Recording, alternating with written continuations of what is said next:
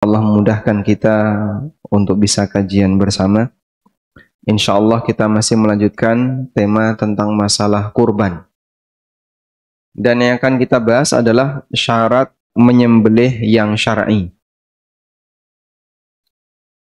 Sudah belum ini kemarin? Belum. Yang terakhir apa kemarin?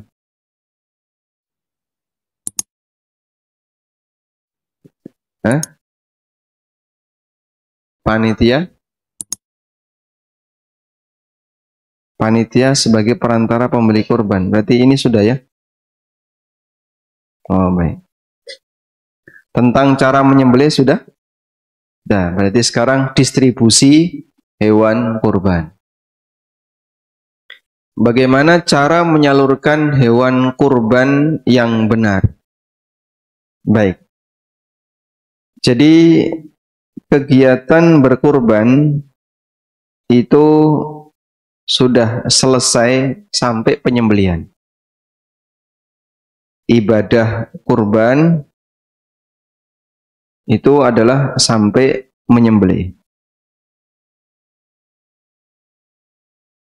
Kalau sudah disembelih, maka kurban sudah selesai.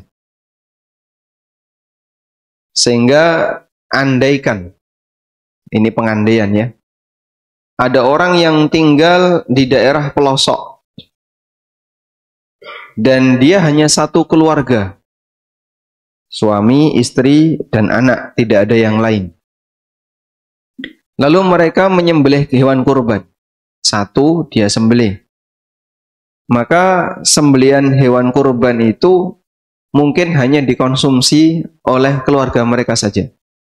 Oleh suaminya, istrinya, dan anak-anaknya. Mau disedekahkan kemana? Kanan kirinya nggak ada orang. Sah nggak kurban seperti ini, Pak?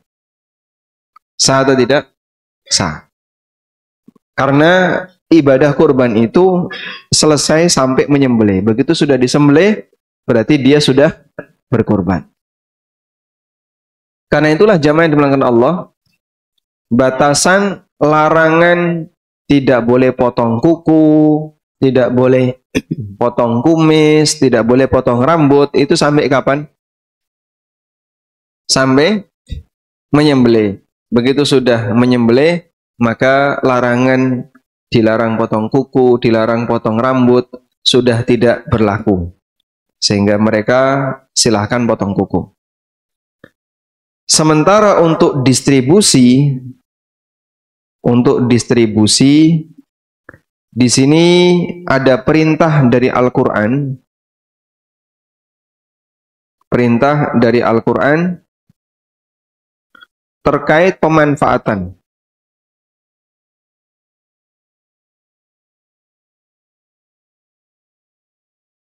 Bagaimana cara pemanfaatan yang tepat untuk hewan kurban?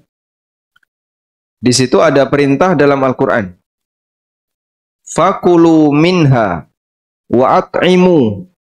Silahkan kalian makan hasil dari hewan kurban itu dan berikan makanan kepada yang lain. Coba kita baca ayatnya. Ada 2 ayat dalam Al-Quran. Ada di surat Al-Hajj ayat 28 dan di Al-Hajj ayat 36. Dua-duanya menyebutkan tentang bagaimana cara pemanfaatan hewan kurban. Kita buka di Al-Hajj ayat 28. Kita tulis di sini. Di Quran surat Al-Hajj. Ayat berapa tadi, Pak? 28 dan 36. Sekarang kita buka ayat 28. Liyashhadu manafi'a lahum وَيَذْكُرُ اسْمَ اللَّهِ فِي أَيَّامٍ مَّعْلُومَاتٍ عَلَى مَا رَزَقَهُم مِّن بَهِيمَةِ الْأَنْعَامِ فَكُلُوا مِنْهَا وَأَطْعِمُوا الْبَائِسَ الْفَقِيرَ لِيَشْهَدُوا مَنَافِعَ لَهُمْ. Agar dalam kegiatan haji itu mereka bisa menyaksikan aneka manfaat yang akan mereka dapatkan.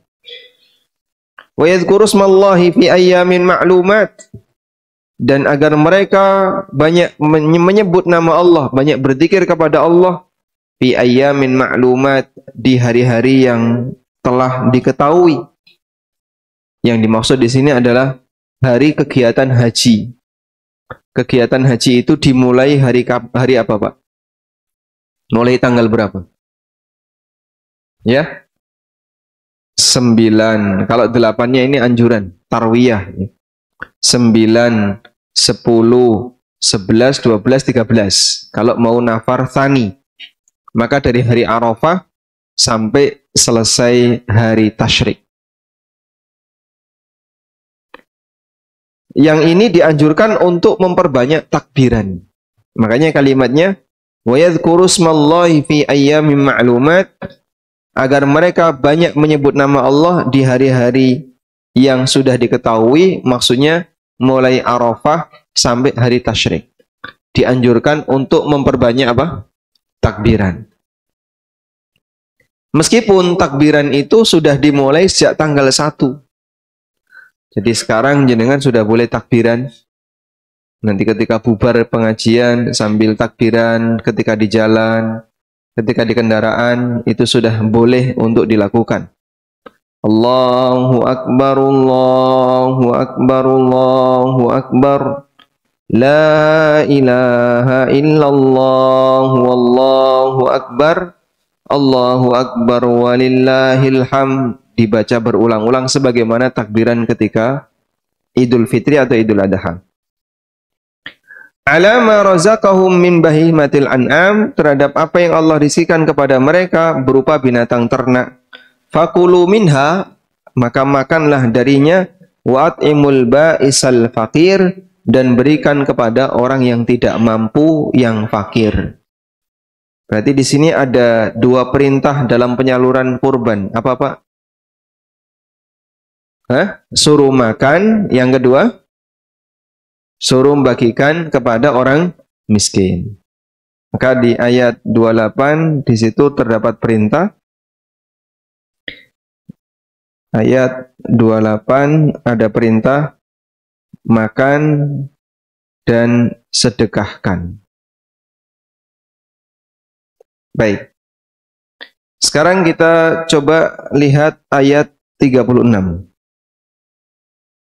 Allah Subhanahu wa taala berfirman di ayat 36 dari surat Al-Hajj.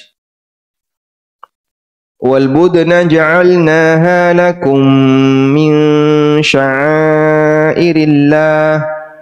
lakum fiha khair fadhkuru ismallahi 'alaiha shawaf. فَإِذَا وَجَبَتْ جُنُوبُهَا فَكُلُوا مِنْهَا وَأَطْعِمُوا الْقَانِعَ وَالْمُعْتَرَ. Dan onta-onta al-budna ja'alnaha lakum, kami jadikan onta itu sebagai bagian dari syiar agama Allah untuk kalian.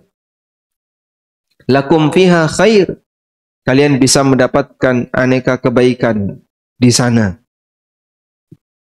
Fadhkuru ismallahi 'alaiha shawaf, maka sebutlah nama Allah ketika menyembelih onta itu sambil berdiri.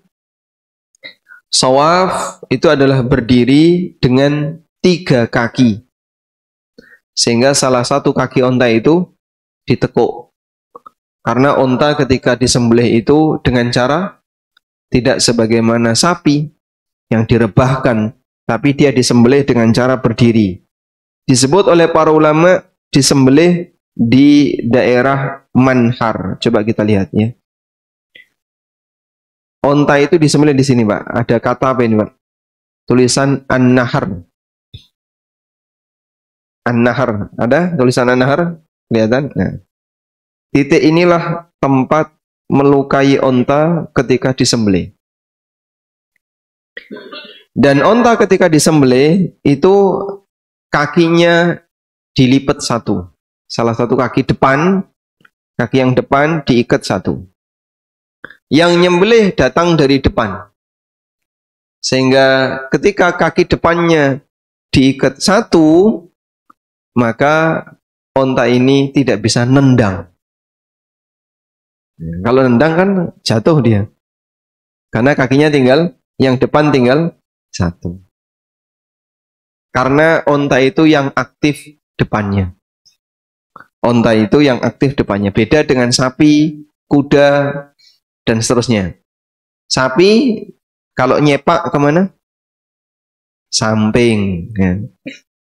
Kaki belakang nyepak ke samping. Maka jangan dekati sapi dari samping. Kalau kuda, nyepaknya kemana? Ke belakang. Sehingga jangan dekati kuda dari belakang. Kalau kambing, nyeruduk, maka jangan dekati dari depan. Onta itu nendang. Sehingga orang ketika mengendalikan onta, itu yang dikendalikan kaki depan. Saya pernah melihat ada orang yang ada onta yang kaki depannya itu diikat. Kaki depannya diikat dengan tali kanan kirinya, sehingga ketika dia berlari itu nggak bisa cepat. Larinya nggak bisa cepat, tapi kaki belakangnya dilepas, dibiarin. Karena ini onta yang paling nakal, maka hanya dia saja yang diikat kaki depannya dengan tali samping kanan kiri begini. Sementara onta yang lain dilepas. Karena yang lebih aktif dari onta itu adalah kaki depannya. Makanya kaki depannya ditekuk satu. Baik. Faida wajabat junubuha, ketika perutnya sudah jatuh, berarti onta itu sudah mati. Fakulu minha, maka silahkan kalian makan darinya. Wa at'imul qani'a wal mu'tar, dan berikan makanan kepada al-qani', orang yang qanaah. Orang yang qanaah artinya yang nggak minta-minta. Wal mu'tar, dan yang meminta-minta. Orang yang membutuhkan.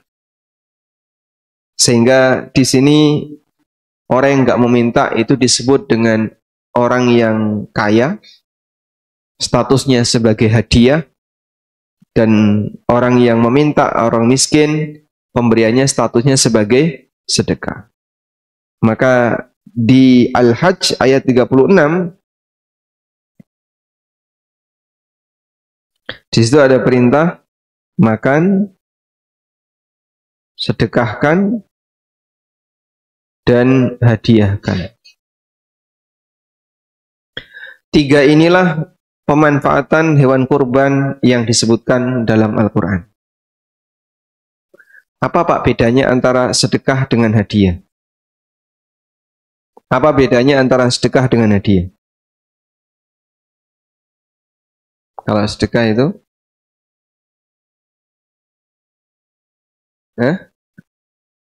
Untuk wali murid. Kalau sedekah itu gimana?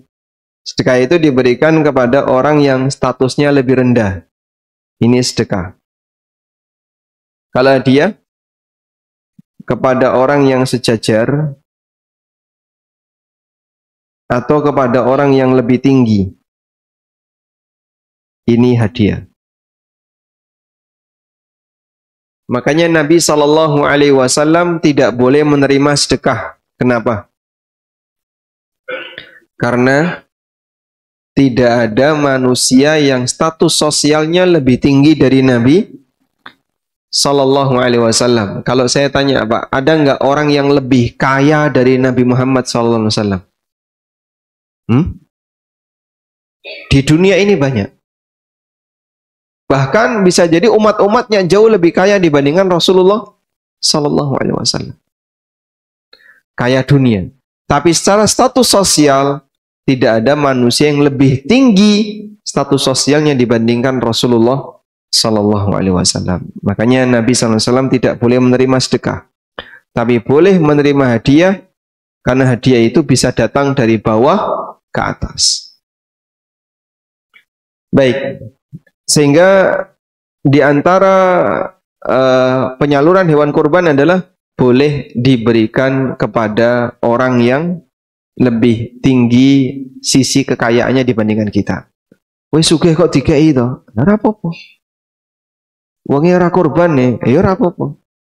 Nah, dari sini kita bisa memahami hadiah itu boleh untuk non-muslim.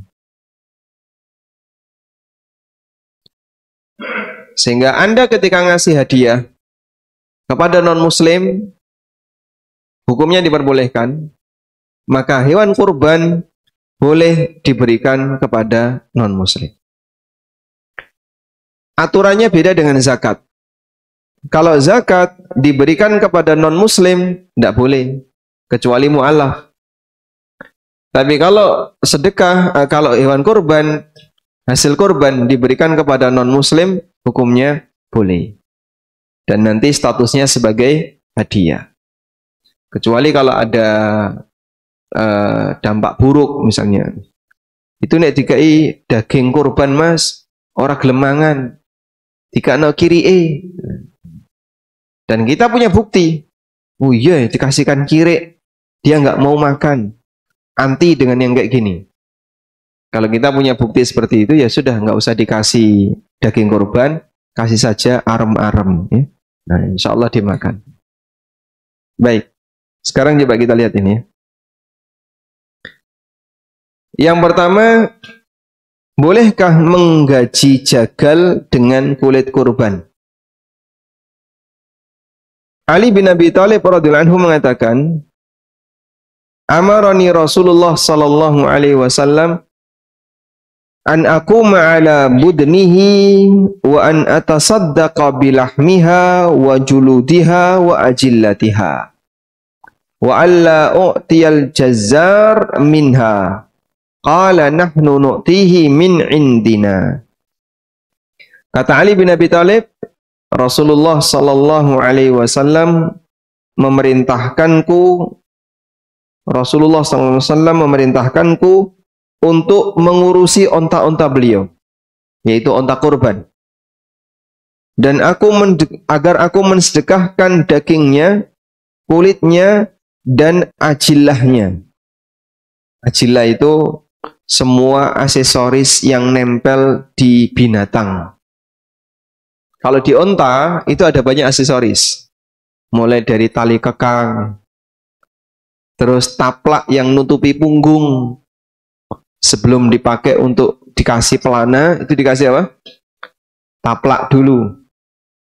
Kemudian aneka tali-tali yang ada di badannya. Itu namanya ajillah. Dan ajillah ini ada harganya. Kalau bahasa kita ya, keluh sapi. Dulu kan nek ndek sapi pedet, wis rada gede, arep dikeluhi, tuku tampar keluh. Beli ya Pak ya. Ada harganya dulu. Sekarang sudah jarang yang kayak gini. Mungkin anak-anak kita generasi bawahnya nggak kenal apa yang jenenge keluh sapi ini. Saya masih ingat dulu disuruh belikan tali untuk keluh sapi. Ternyata ada khusus, ada yang jual. Jadi ajillah ini tidak boleh dijadikan sebagai upah. Sehingga misalnya, ya tak sembelih no, tapi nanti iki tak cukup dibayar iki wae ra apa-apa. Itu tidak boleh. Wa alla u'tiyal jazzara minha, dan aku dilarang untuk memberikan upah jagal minha, dari onta kurban itu. Qala, Ali mengatakan, nahnu nu'tihi min indina, kami memberikan upah dari uang pribadi. Ini yang benar Pak. Maka dalam penyembelihan hewan kurban tidak boleh ada upah yang diambilkan dari hasil kurban. Dan ini jadi tradisi dan budaya di sebagian tempat. Saya yang di Lamongan ya, dulu itu ada tradisi kayak gini. Nyembelih sapi atau nyembelih kambing itu nggak dibayar pakai duit.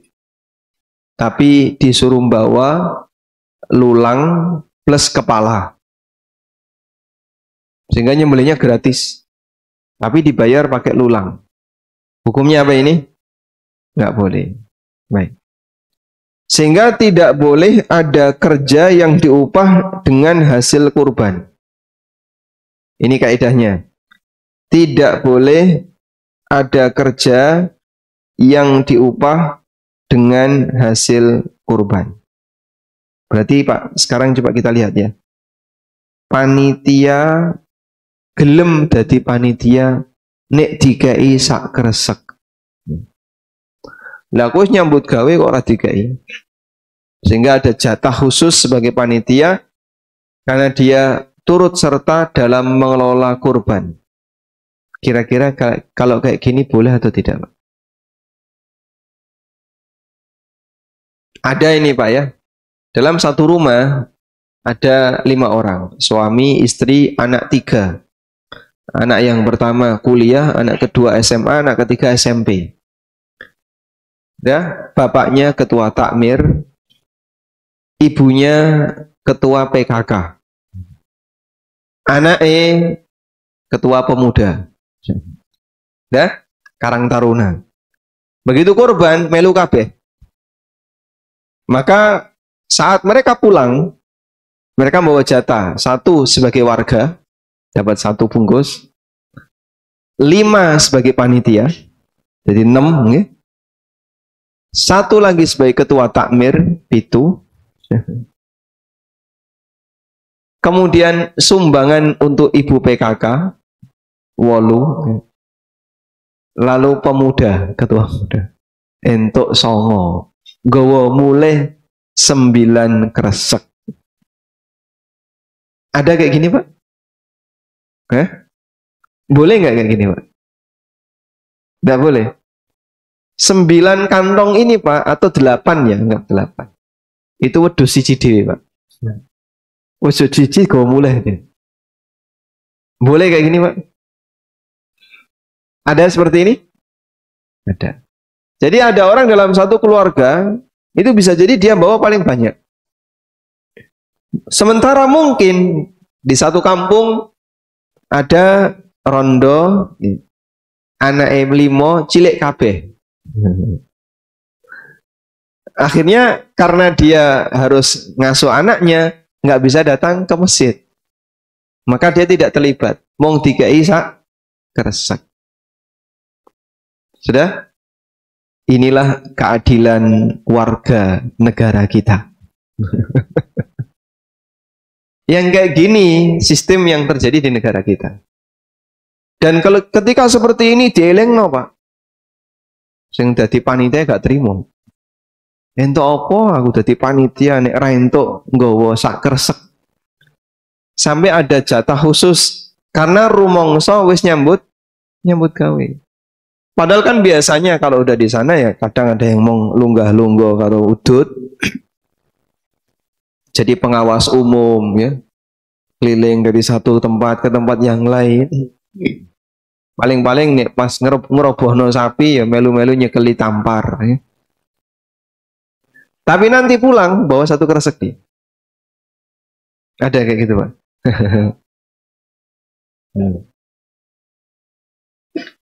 Nah ini terus solusinya gimana? Karena di tempat kita ini kan yang namanya kurban itu kerja bakti. Sehingga dong ngerubung kabeh teko kabeh. Kadang sahibul kurban, dia sudah nyetor kambing, suruh bayar 100.000. Sudah, nanti dia tetap dapat jatah ya. Dikasih. Cuman bisa jadi panitia dapat jatah lebih banyak daripada sahibul kurban. Karena dia membawa pasukan lebih banyak. Datang dengan full tim, ya. Suami, istri, 3 anak. Masya Allah. Iso ngentai kabeh. Ya, mungkin ada kebijakan dari takmir. Coba perhatikan ya. Ini kalau dalam rangka untuk pemerataan, maka sebenarnya perhitungannya bukan semata perhitungan siapa yang jadi panitia. Lebih melihat kepada kebutuhan masyarakat. Panitia dikasih sebagai hadiah, silahkan. Panitia dikasih sebagai sedekah, silahkan. Tapi panitia dikasih sebagai upah, dilarang. Dari sini kita bisa lihat hasil kurban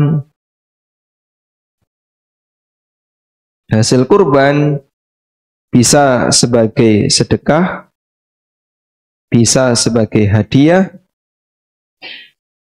tapi tidak boleh sebagai upah. Nah, ini yang penting. Sudah? Jadi catatan terakhir ini, hasil kurban bisa sebagai sedekah, bisa sebagai hadiah, tapi tidak boleh sebagai upah. Ini tidak boleh. Kalau hasil kurban untuk upah, ini melanggar larangan Nabi Sallallahu Alaihi Wasallam. Maka dari sini kita bisa lihat kerja jagal plus panitia. Nah, kerja jagal plus panitia diupah boleh atau tidak? Kerja jagal atau panitia diupah boleh enggak? Boleh, tapi tidak boleh dengan menggunakan hasil kurban. Diupah dengan selain hasil kurban. Selain hasil kurban itu apa, Mas? Ya banyak. Uang bisa, atau ya mangan bisa. Sudah, nanti ada makanan. Snack-snack bisa. Atau yang lainnya. Yang penting selain hasil kurban. Sudah? Sehingga jagal plus panitia boleh diberi hasil kurban sebagai apa? Hadiah atau sebagai hadiah atau sedekah. Jagal dan panitia boleh diberi hasil kurban sebagai hadiah atau sedekah. Tapi tidak boleh diberi hasil kurban sebagai upah. Nah, kata kuncinya di situ. Monggo mangke jenengan ngecake pripun. Silakan nanti diatur bagaimana para panitia takmir buat kebijakan bahwa panitia dilarang menerima upah dari hasil kurban, tapi boleh menerima hasil kurban sebagai hadiah atau sedekah. Bedanya apa, Pak, antara upah dengan hadiah? Bedanya apa antara upah dengan hadiah? Kalau upah ditentukan jumlahnya. Yang kedua, niat. Upah itu sifatnya mengikat. Jadi nek gak dikei boleh minta. Kalau nggak dikasih boleh minta, itu upah. Aku ora dikei apa-apa ya, njaluk. Boleh minta. Nek gak dikei piye? Ya wani ngantem. Oh, jangan ya, masa ngejak berantem ya. Ya. Intinya ketika upah itu diberikan maka sifatnya itu lazim. Sifatnya sebagai bayaran, yang itu adalah keharusan untuk diberikan. Jika tidak dikasih, dia boleh minta. Beda dengan sedekah atau hadiah. Hadiah atau sedekah nggak dikasih, dia tidak punya hak untuk nuntut. Kok aku gak dikai? Ini kan cuma hadiah. Kowe dikai ora apa-apa nggak hadiah. Terserah yang punya binatang. Sehingga untuk hadiah, orang ketika nggak dikasih, dia tidak punya hak untuk apa? Nuntut. Beda dengan upah, kalau nggak dikasih, punya hak untuk nuntut. Kita tulis di sini ya. Beda hadiah dengan upah. Kalau hadiah bersifat tidak mengikat. Tidak mengikat artinya apa? Ya, tidak bisa nuntut. Tidak bisa nuntut untuk dikasih. Sedangkan upah bersifat mengikat. Aku wis kerja kok ya, kudune dikei. Nah. Maka di sini bisa nuntut. Baik. Nah, sekarang panitia itu diupah atau tidak? Panitia itu diupah atau tidak? Ada dua keadaan. Ada panitia inti. Nah ini, kerja paling banyak. Misalnya, ya, bagian penyembelih. Atau bagian, apa ini Pak? Yang ngeleti. Ini pakaian ini. Pokoknya kerja paling banyak. Ini silahkan diupah. Silahkan diupah. Ya. Dengan tadi ketentuannya, selain hasil kurban. Baik. Yang kedua, tim hore. Pak yang rame-rame ya. Untuk panitia jenis yang kedua ini sebaiknya sifatnya kerja bakti. Untuk yang kedua ini dah kerja bakti saja. Sifatnya sukarela, namanya kerja bakti, sukarela, sing digolei jangan upah, tapi arem-arem. Ya. Jadi kalau yang ini sifatnya sukarela, nanti apa biasanya kasih makan gitu aja, kasih makan. Baik. Kira-kira kalau seperti ini bisa jadi solusi nggak? Jadi panitia dipetakan antara yang kerjane banyak dan yang sifatnya hanya ya cah nom-nom kan biasanya mau ikut nimbrung, seneng melu bantu-bantu, nggih. Tim hore. Nah, yang kayak gini kita kasih motivasi bahwa ini adalah kerja bakti. Nanti kalian di sini tidak diupah dalam bentuk daging, ya meskipun nanti boleh menikmati bersama. Sehingga hasil kurban sebagian boleh dimasak, kemudian dimakan bareng, ada snack untuk semua panitia, tim hore, semua bisa menikmati apa yang ada di situ. Sama seperti ketika orang kerja bakti resik-resik kampung. Pemuda kerja bakti ngersii kuburan. Itu jadi bayar nggak Pak? Biasanya. Tidak. Bisa sebenarnya mereka. Berarti sebenarnya panitia kurban ketika mereka dikasih pengertian ini kerja bakti, mereka itu bisa memahami. Berarti di sini kita tidak boleh nyari bayaran. Apalagi sing digolei daging kurban sebagai ganti dari bayaran. Maka nggak ada ceritanya ketika dalam satu rumah keluar 5, mulai nggawa 5 kresek digawa kabeh. Bukan demikian. Karena nanti justru ini akan, Masya Allah ya, menimbulkan kecemburuan sosial. Sampai nyun sewu, nggih, kadang kolkase niku gak muat. Gara-gara apa Pak? Kelologen daging. Ya. Kita kasih motivasi kepada mereka bahwa kerja Anda di sini adalah sebagai kerja bakti, bukan untuk nyari upah. Nah di sini Pak ada sisi bahaya yang perlu untuk dihindari. Larangan menjual hasil kurban. Rasulullah Shallallahu Alaihi Wasallam memberikan ancaman orang yang menjual kulit kemudian uangnya dimanfaatkan pribadi. Ini bisa membatalkan pahala kurbannya. Beliau mengatakan, "Man ba'a jilda udhiyatihi fala udhiyatalahu." Siapa yang menjual kulit hewan kurban, maka tidak ada kurban baginya, alias kurbannya batal. Menjual kulit hewan kurban, kurbannya batal. Menjual hasil kurban. Ini ancamannya apa tadi? Kurban batal, nggak ada pahalanya.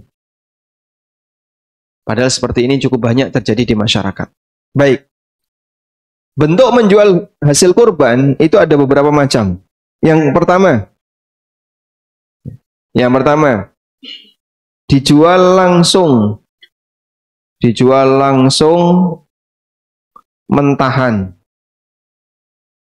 Misalnya kulitnya dijual langsung mentahan. Ini tidak boleh. Yang kedua, ada, saya tulis sini ya, ada dua bentuk. Yang kedua, dijual mateng. Ada orang bakul sate.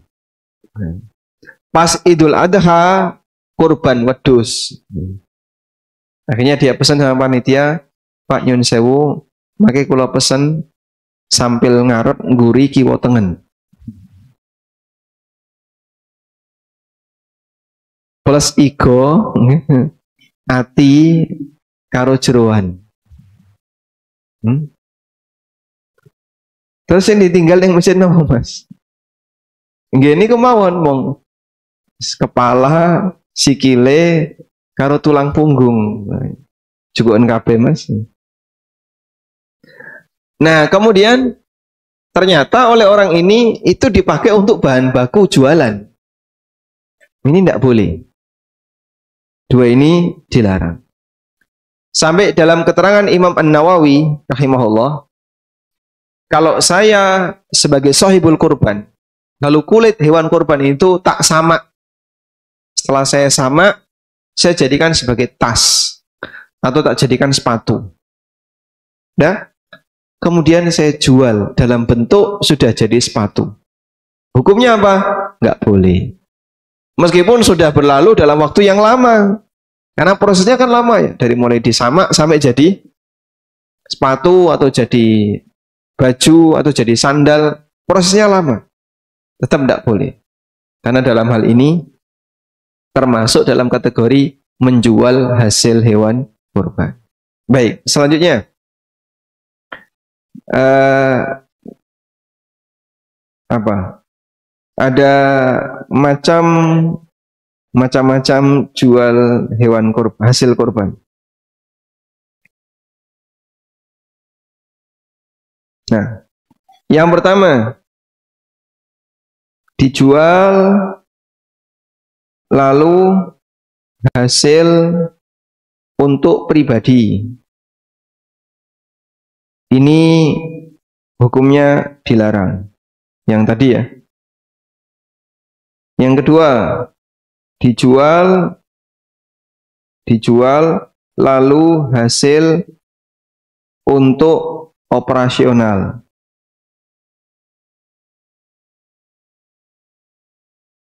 Ini apa misalnya panitia jagal harus dibayar. Ya wis itu kulitnya didolen nih. Untuk duit piro kayak no mereka. Atau dipakai untuk biaya operasional. Ini nanti butuh ini loh ya, butuh biaya pengadaan kresek, kemudian apa lagi? Tenda, ya, pisau dan seterusnya. Akhirnya oleh panitia kulitnya dijual. Nggo tuku kresek, nyewa tenda, beli pisau dan seterusnya. Nah, kalau seperti itu berarti ini sama dengan upah dari hasil kurban.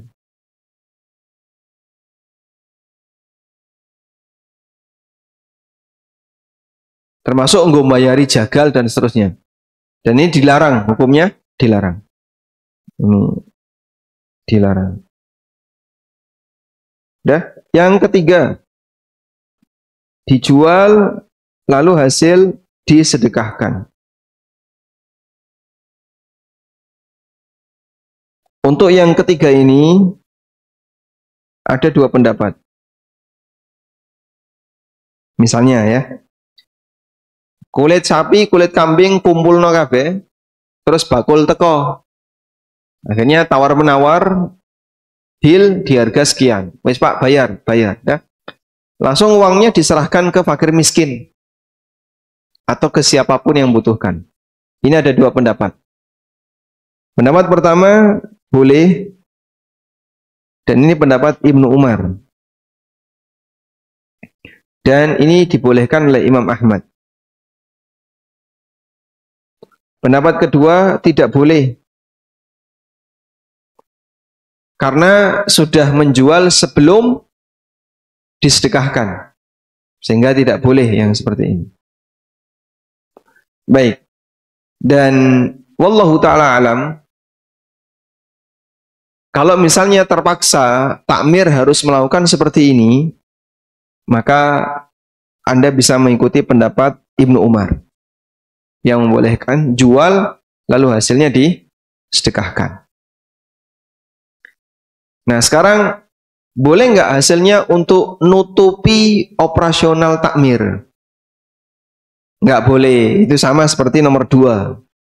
Nomor 2 ini nggak boleh ya. Misalnya, biasanya kan kalau korban, nanti harus pasang deklet, terus pasang terpal. Modal pertama dari kas takmir. Kemudian nanti kas takmir itu digantikan oleh panitia korban kalau sudah terjual hasil kulitnya. Kulit, kaki-kaki dijual semua. Dapat uang dipakai nutupi kas takmir. Ya ini sama seperti nomor 2. Berarti ada pemanfaatan hewan kurban yang digunakan untuk biaya jasa atau biaya operasional. Dan itu tidak diperbolehkan. Baik. Nah terus Pak, untuk pengadaan seperti itu dari mana? Ya bisa dari sahibul kurban, tapi kalau sekiranya keberatan, sebaiknya itu diambilkan dari iuran warga. Kita jadikan ini sebagai agenda bersama, kayak Idul Fitri, Idul Adha itu ya. Sehingga biaya operasional itu diambilkan dari iuran warga. Seperti 17-an, kan? Biasanya pemuda itu keliling. Ngapain Pak keliling? Jimpitan ya. 100.000, 200.000 jimpitan kalau 17-an kan gede ya. Sehingga dia ngambil 100.000, 200.000 dikumpulkan, nanti dipakai untuk kegiatan masyarakat. Nah, kurban juga bisa seperti itu. Sehingga kami sarankan di sini ya. Ini sekaligus sebagai tambahan. Biaya operasional. Sumbernya dari mana? Sumber dari mana? Pertama, tidak boleh diambil dari hasil kurban. Biaya operasional tidak boleh diambil dari hasil kurban. Contohnya kayak tadi, kulit dijual lalu dipakai untuk menutupi biaya operasional, ini tidak boleh. Yang kedua, tidak boleh diambil dari kas masjid. Ini tidak boleh, ini pelanggaran. Termasuk sikap tidak amanah dari takmir adalah menggunakan kas masjid untuk operasional kurban. Kok bisa Pak? Ini umum loh Pak, rata-rata kayak gini. Tidak boleh. Kenapa tidak boleh? Karena kas masjid itu kan infak dari siapa? Jamaah. Pas Jumatan atau pas sholat 5 waktu. Dan itu ikrarnya, akadnya adalah untuk operasional masjid. Maka kalau takmir menggunakan itu untuk kegiatan di luar operasional masjid, pelanggaran. Dan kurban itu bukan bagian dari operasional masjid. Makanya tidak boleh menggunakan kas masjid untuk operasional kurban. Lalu yang ketiga, boleh dari uang pribadi. Boleh dari uang pribadi siapa? Sahibul kurban. Pak, tapi yang mesaknya Pak, banyak sekali nanti kebutuhannya. Terlalu tinggi biayanya. Baik. Yang keempat, boleh dari iuran warga. Nah, 2 inilah yang saya sarankan. Jadikan ini sebagai solusi agar duit takmir nggak dipakai untuk korban Karena kan kita jarang yang kayak gini, korban kok iuran dari warga. Karena kebutuhannya besar, ini kan anggap saja sebagai kegiatan kampung. Sama seperti sholat Id, sama seperti ketika 17-an, iuran warga nggak ada yang nolak. Kita buat kurban seperti itu. Butuh deklit, butuh terpal, butuh plastik, butuh pisau, butuh ini, butuh ini. Nah ini semuanya nanti akan jadi jadi fasilitas untuk kurban, terus inventaris takmir. Setiap tahun keluar, nanti disimpan lagi, diresiki, disimpan. Tahun depan keluar lagi, diresiki, disimpan lagi. Dengan demikian, maka inventaris ini berlaku sepanjang masa, selama tidak rusak. Wallahu a'lam. Walhamdulillahirabbil alamin. Semoga ini bermanfaat dan kita berharap mudah-mudahan Allah Subhanahu wa taala menjadikan kurban kaum muslimin diterima oleh Allah Subhanahu wa taala. Nah.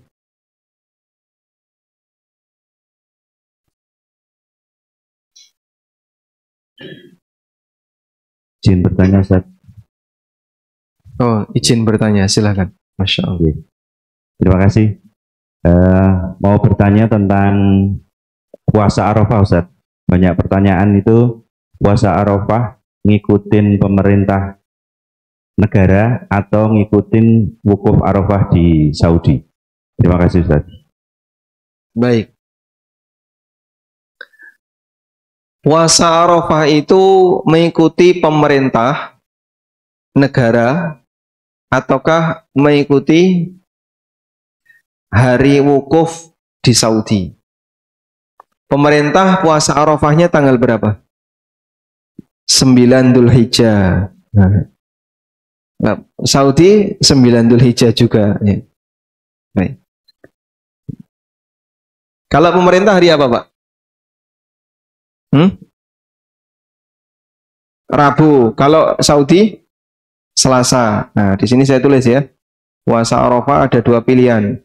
Selasa ini Saudi. Yang kedua Rabu ini pemerintah. Baik. Sebenarnya perbedaan pendapat seperti ini di negara kita ya.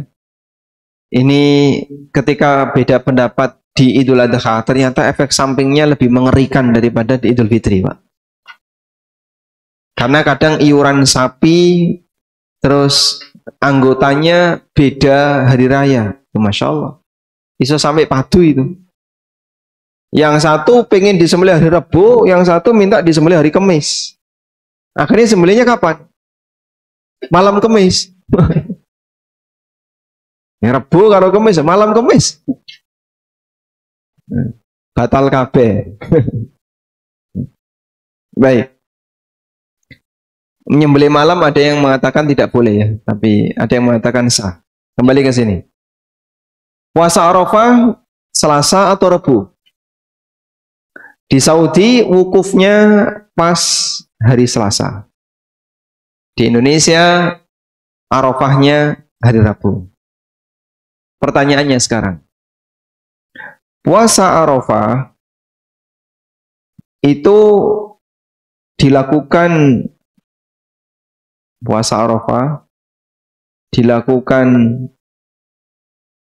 karena menepati wukuf ataukah karena tanggal 9 Dzulhijjah? Baik. Yang lebih tepat yang mana? Puasa Arafah itu karena wukufnya atau karena 9 Dzulhijjahnya? Sebentar dulu sih. Yang menjawab puasa Arafah karena wukuf, yang jawab nomor 1 angkat tangan. Wah. Baik, cuma ada beberapa pendapat ya. Yang menjawab karena tanggal 9 angkat tangan. Wah, jumhur. Jumhur berpendapat karena tanggal 9. Baik. Memang ada dua pendapat dalam hal ini. Dalam hal ini ada dua pendapat. Pendapat pertama mengatakan bahwa puasa Arafah itu dilakukan karena menepati wukuf. Sehingga kapan wukuf itu dilakukan, di hari itulah dilaksanakan puasa Arafah. Meskipun beda tanggal antara negara kita dengan negara selain atau dengan di negara yang di Saudi. Ya. Pendapat kedua mengatakan puasa Arafah itu karena tanggal 9. Pokoknya anggere wis masuk tanggal 9 ya puasa Arafah. Kalau belum tanggal 9 maka tidak boleh atau tidak puasa Arafah. Berarti puasanya tarwiyah tanggal 8. Baik. Dulu saya mengikuti pendapat yang pertama. Dulu ya. Saya ngambil pendapat ini. Sehingga saya pertahankan namanya puasa Arafah ya harus dilakukan tepat saat orang itu wukuf di Arafah. Karena penamaan itu memberikan sebab. Saumu yaumi Arafah. Puasa hari Arafah. Berarti puasa ini dilaksanakan ketika ada kejadian di Arafah. Apa kejadian di Arafah? Ibadah wukuf yang ada di Arafah. Nah, lalu belakangan saya pindah ke sini. Kayaknya kok yang lebih benar karena pertimbangan tanggal 9 Dzulhijjah. Alasan kenapa saya pindah ke sini itu begini. Islam itu adalah agama rahmatan lil alamin. Karena Islam itu rahmatan lil alamin, maka dia bisa diterapkan di sepanjang waktu. Di sepanjang waktu. Artinya di sepanjang waktu gimana Pak? Tidak mengenal ada teknologi dan tidak. Islam bisa nggak diterapkan di zaman sebelum ada teknologi? Bisa. Islam bisa nggak diterapkan di zaman penuh dengan teknologi? Bisa. Sebagaimana Islam bisa diterapkan di zaman penuh teknologi, Islam juga bisa diterapkan di zaman tanpa ada teknologi. Dan adanya teknologi komunikasi, kok gak tekan-tekan, data entek. Ya. Sehingga teknologi komunikasi yang datang belakangan ini tidak ada di masa silam. Sudah? Maka bayangkan orang yang hidup sebelum teknologi. Orang yang hidup sebelum teknologi. Kira-kira Pak, puasa Arafahnya ikut yang mana Pak? Hah? Puasa Arafahnya gimana? Yang hidup di zaman tahun 32, kalau tahun 40 sudah ada Telegram ya? Ada?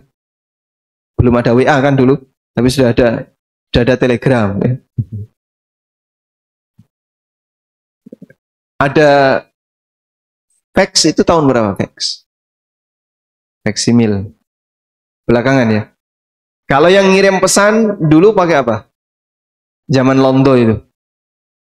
Hah? Telegram. Katanya pakai Telegram. Boh biaya itu teknologinya katanya pakai Telegram. Itu pun adanya di kota-kota besar. Tahun 40-an.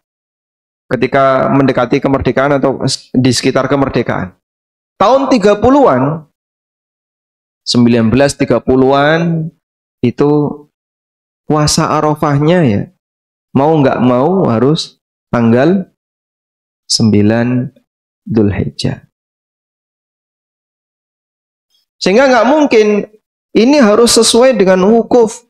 Piye carane? Yo ngirim jin apa-apa ngono. Jin kirim, kamu perhatikan di sana ya. Nanti kalau sudah wukuf balik lagi ngasih kabar ke sini. Apa bisa, Pak? Islam membutuhkan kedatangan jin. Sehingga tidak mungkin ini bisa dilakukan kalau tidak mengacu kepada hilal. Dan hilal itu bisa diakses dari siapapun, dimanapun dia berada, meskipun dia nggak punya teknologi. Sehingga bisa jadi di Indonesia belum lihat hilal, di Saudi sudah lihat, di sana wukuf, di sini masih tanggal 8.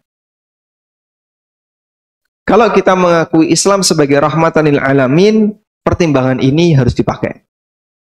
bahwa agama ini tidak butuh teknologi. Islam sempurna walaupun tidak ada teknologi.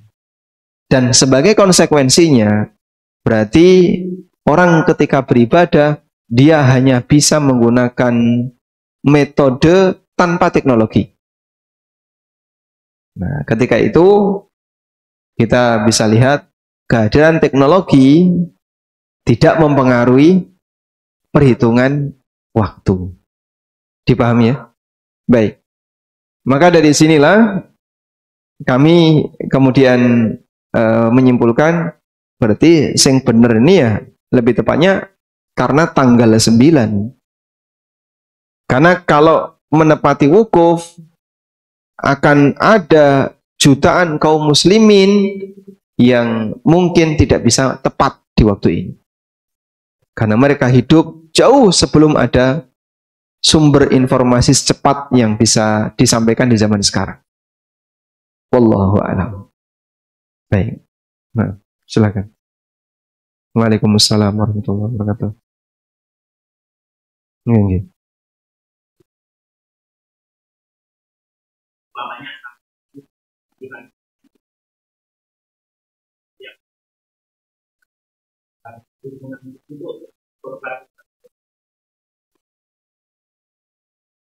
Oh, baik.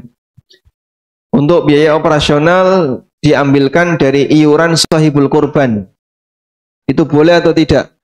Jawabannya boleh. Nah, seperti tadi sudah kita sampaikan bahwa biaya operasional bisa diambilkan dari iuran pribadi sahibul kurban. Nah, ini bisa include misalnya iuran sapi regane 3,5 ditambah 200, maka jadinya 3,7. Plus di sini 200-nya adalah sebagai operasional, boleh. Cuman kan terlalu kecil ya. Terlalu kecil ya. Nyun sewu, coba kita hitung, Pak. Jadi kalau cuman ngandalin ini kecil. Kecil sekali. Biasanya di sini berapa sapi, Pak? Masjid Al-Furqan berapa sapi? Misalnya ya, 10 sapi berarti kan 70 orang. Ya. 20 kambing.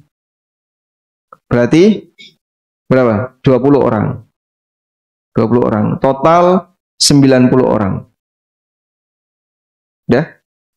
Mau ditarik iuran berapa? Semuanya 200. Semua 200. Kambing maupun sapi 200 ya. Kalikan 200.000. Berapa ini, Pak?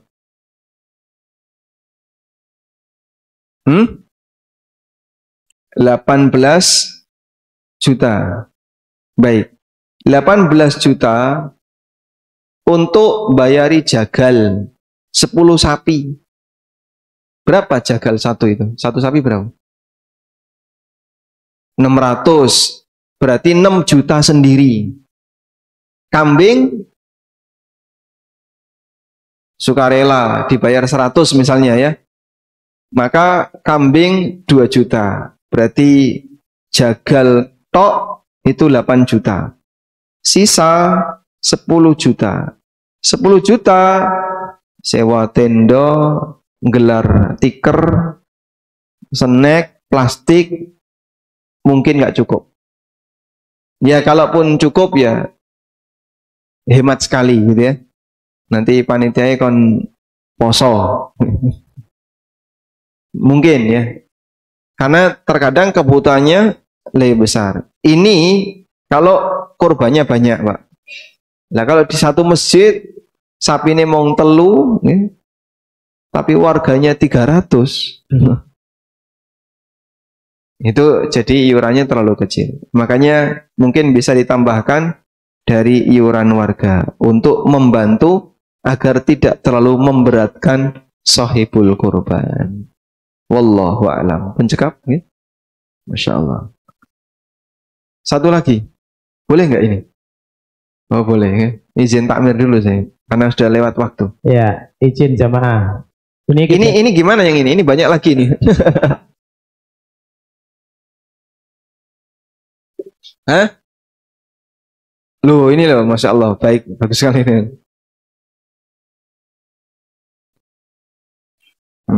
Baik, nanti ini pertanyaan BPJS. Insya Allah, semoga di lain waktu kita bisa baca ya. Silakan duluan. Ya, Assalamualaikum Ustaz. Waalaikumsalam warahmatullahi Ini kejadian bahwasanya di daerah itu ada seorang takmir yang memberikan hutangan kepada jamaah untuk ikut berkurban. Jadi kurban itu diutangi dulu. Nah, nanti nyaur, tetapi uang ini uang kas masjid, Ustaz. Yang dipakai ngutangi uang kas masjid? Iya, kasnya masjid. Ini boleh atau tidak, Ustaz? Terima kasih. Assalamualaikum. Waalaikumsalam warahmatullahi wabarakatuh. Nah, kalau kurban pakai utang itu boleh ya. Kurban pakai utang boleh. Coba kita lihat di sini. Waqala Sufyan Ats-Tsauri. Sufyan Ats-Tsauri bercerita. Dulu Abu Hatim berutang untuk membeli seekor onta. Lalu ada orang yang bertanya, kamu utang untuk membeli seekor onta? Faqala, beliau mengatakan, karena aku mendengar Allah berfirman, lakum fiha khair. Kalian akan mendapatkan banyak kebaikan dari onta-onta itu. Sehingga sampai direwangi utang untuk bisa menyembelih onta. Maka ini bukti bahwasanya, dan ini ulama yang disebutkan dalam tafsir Ibnu Katsir kisah ini. Ini salah satu di antara bukti bahwa kurban dengan utang hukumnya boleh. Cuman yang jadi masalah, boleh nggak pakai uang kas takmir? Jawabannya, boleh asal minta izin ke seluruh jamaah. Jadi pas sebelum Jumatan itu, dikasih pengumuman, ya. Para jamaah sekalian, ya, kami mohon izin bahwa uang kas masjid ini akan kami utangkan kepada jamaah yang mau kurban. Nek gak dibalang sandal, lanjutkan. Karena ini pelanggaran uang milik umat. Kalau mau serius kayak gitu, coba cari orang-orang kaya. Pak, bisa nggak kita utang? Nanti kita akan utangkan kepada orang yang mau kurban. Terus nanti dibayar. Insya Allah itu akan lebih bagus agar apa? Tidak menggunakan uang kas masjid. Apakah sahibul korban boleh minta lebih dari sepertiga bagian dari hasil korban? Misal korban satu kambing lewat panitia lalu minta 2 paha dan hati. Boleh ya. Boleh minta lebih dari sepertiga. Selama tidak digerenengi masyarakat. Ini digerenengi berapa? Ya, itu resiko Anda ya. Baik. Oke, pun cekap nih udah kelewat dari waktunya. Demikian wassallallahu ala nabiyyina Muhammadin wa ala alihi wa sahbihi wasallam. Wa akhiru da'wana anil hamdulillahi rabbil alamin. Wassalamualaikum warahmatullahi wabarakatuh.